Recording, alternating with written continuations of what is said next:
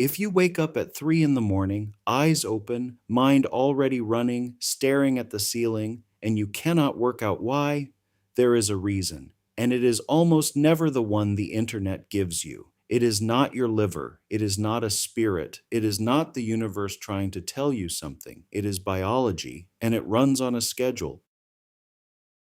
I work in health data. I spend my days inside the kind of clinical records most people never see: sleep studies, hypnograms, overnight hormone curves. And when I started digging into why so many people wake up at almost exactly the same time every night, the answer turned out to be more precise and far more fixable than I expected. Here is why this one stuck with me. In health information systems, you learn to distrust the tidy answer, the single number that supposedly explains everything. Sleep is exactly like that. When I first looked into the 3 a.m. wake up, I assumed it was just stress and left it there. What surprised me was how many separate systems in the body all converge on that same window of the night: your sleep cycles, a hormone called cortisol, your blood sugar, your last drink, even the temperature of your room. Most explanations pick one and call it the answer. In the data, they stack. So, by the end of this, you will understand exactly what is happening in your body between roughly 2 and 4 in the morning, why that window specifically. And the part most people get backwards: waking up is not actually your problem. The thing that keeps you awake afterward is a different mechanism entirely, and it is the one you have the most control over. Let's read it the way the data actually reads. Start with the thing nobody tells you. Sleep is not one long, flat state. It comes in cycles,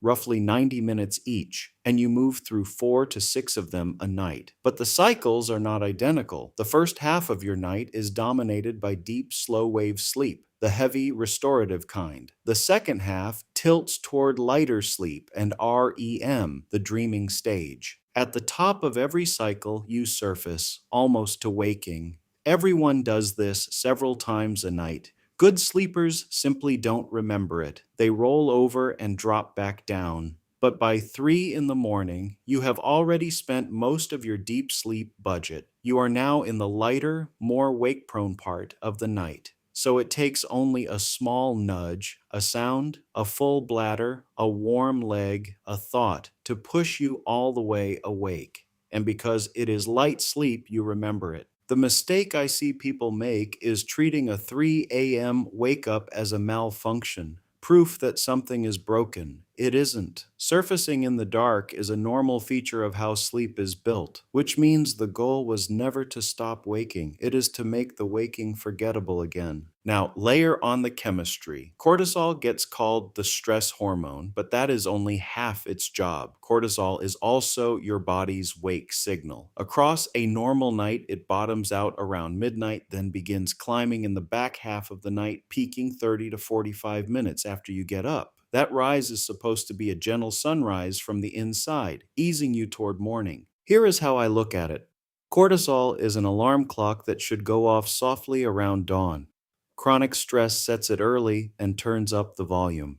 When your stress system, the HPA axis, runs hot, that climb starts sooner and steeper. A surge that was meant for 6 a.m. arrives at 3, and it lands right when you are already in light, fragile sleep. That is the combination, not the cortisol alone, not the light sleep alone, the two arriving together. This is also why anxious, overloaded weeks produce those textbook 3 a.m. wake-ups, where your mind boots up instantly, already mid-worry. The hormone that is meant to wake you gently is instead being fired like a starter pistol. Cortisol and light sleep set the stage. These next 3 decide whether you actually fall off the edge. And the frustrating part is, they are all things from earlier, last night's choices showing up on schedule. Hijacker 1, alcohol. Alcohol is a sedative, so it helps you fall asleep. That part is real. But as your body metabolizes it over the next few hours, it produces a rebound, a spike in arousal, and a surge of REM your brain was holding back. That rebound peaks in, you guessed it, the second half of the night. A nightcap is one of the most reliable ways to manufacture a 3 a.m. wake-up.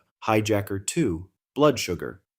If you eat a heavy, high-carb meal late, or you drink, Your blood sugar can climb and then crash overnight.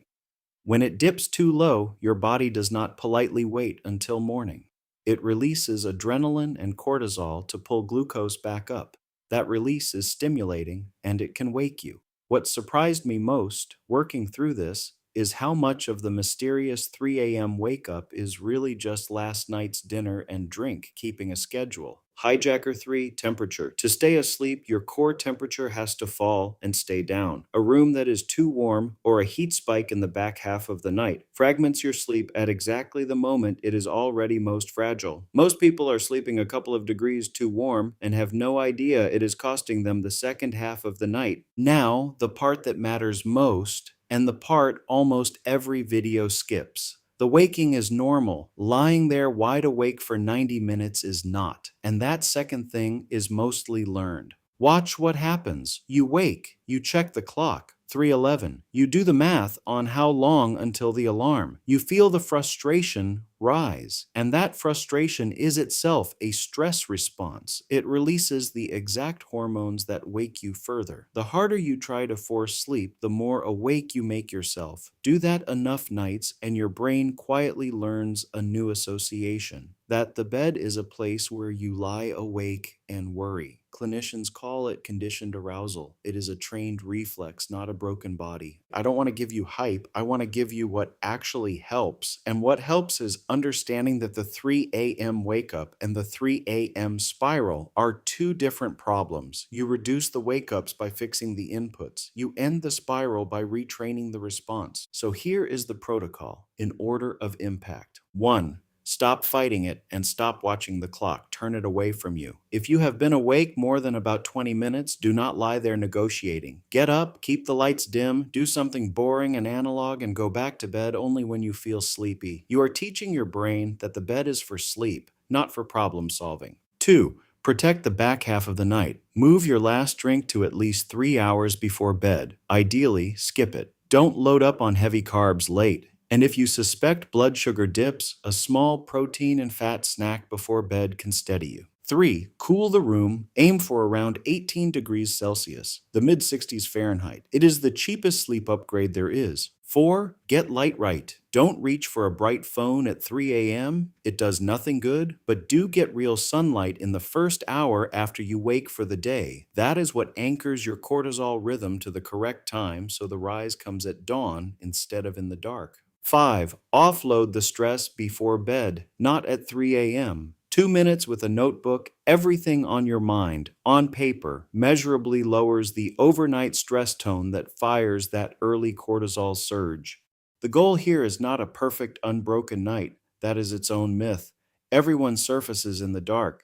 You were built to. The real difference between people who sleep well and people who don't is rarely the waking itself. It is what the body and the mind have learned to do in those few quiet minutes. Fix the inputs, the drink, the heat, the light, the stress, and teach your nervous system that 3 a.m. is not an emergency. That is the whole game. If you want a simple, science-backed way to start improving your sleep tonight, head to sleepmetricscience.com and download the free deep sleep protocol. No pills, no supplements required, just the fundamentals the research actually supports. The link is in the description. Sleep better, recover smarter. I'll see you in the next one.